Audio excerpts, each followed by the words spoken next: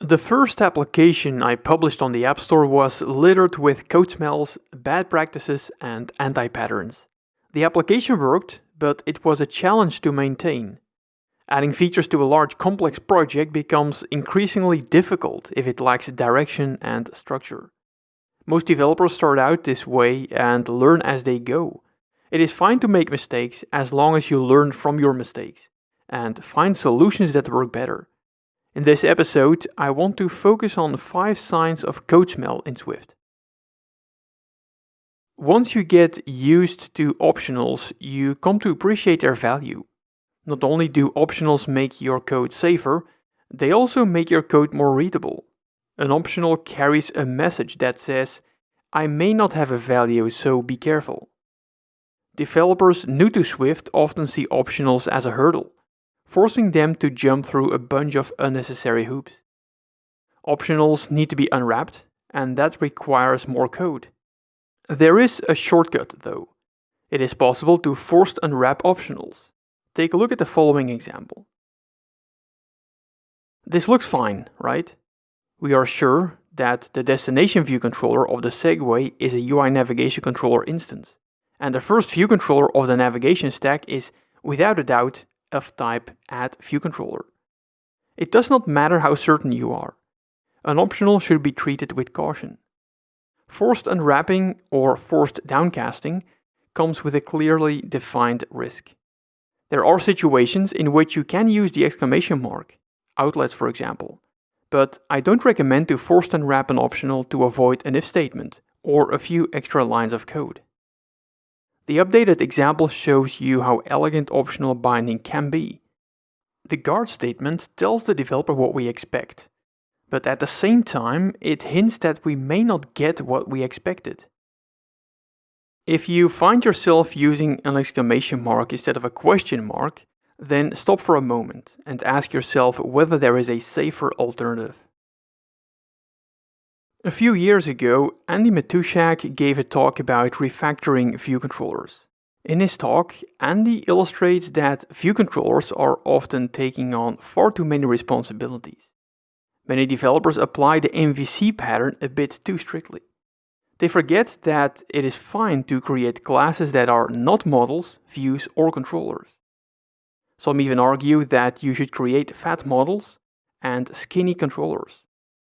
While that may be a bit too much responsibility for the model layer, I agree that controllers should be lean and lightweight.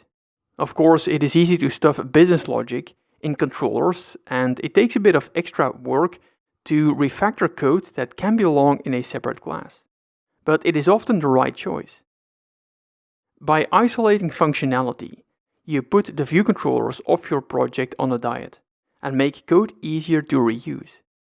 Why not extract a piece of functionality in a Swift extension, for example? If the implementation of a class exceeds 1,000 lines of code, I start to hear warning bells. Can you load 1,000 lines of code in your working memory? That is what it takes to work with a class. If you make changes to a class, you need to know how other parts are affected, and that is only possible if you know what the various parts of the class do. It is great to see that error handling is tightly integrated into Swift. In Objective-C, it is easy to ignore errors, too easy.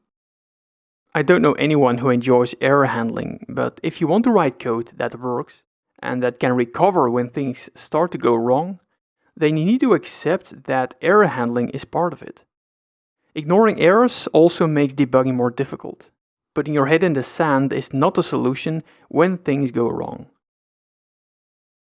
Singletons are great. They are so useful that less experienced developers tend to overuse them.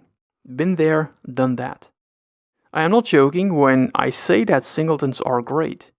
Even though I don't consider the singleton pattern an anti-pattern, sometimes it seems as if developers have forgotten how to pass objects by reference.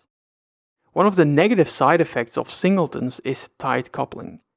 Over the years, I have come across projects that were littered with singletons. Singletons referencing other singletons.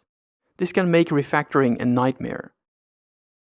After removing the singletons from a project, it is no longer intimidating and it loses some of its complexity.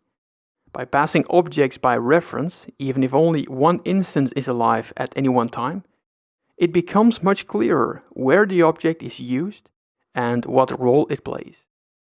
Another benefit of keeping singletons to a minimum is testing. Singletons make testing more difficult. There is nothing wrong with passing objects by reference. Whenever you are about to create a singleton, ask yourself whether passing the object by reference is an option.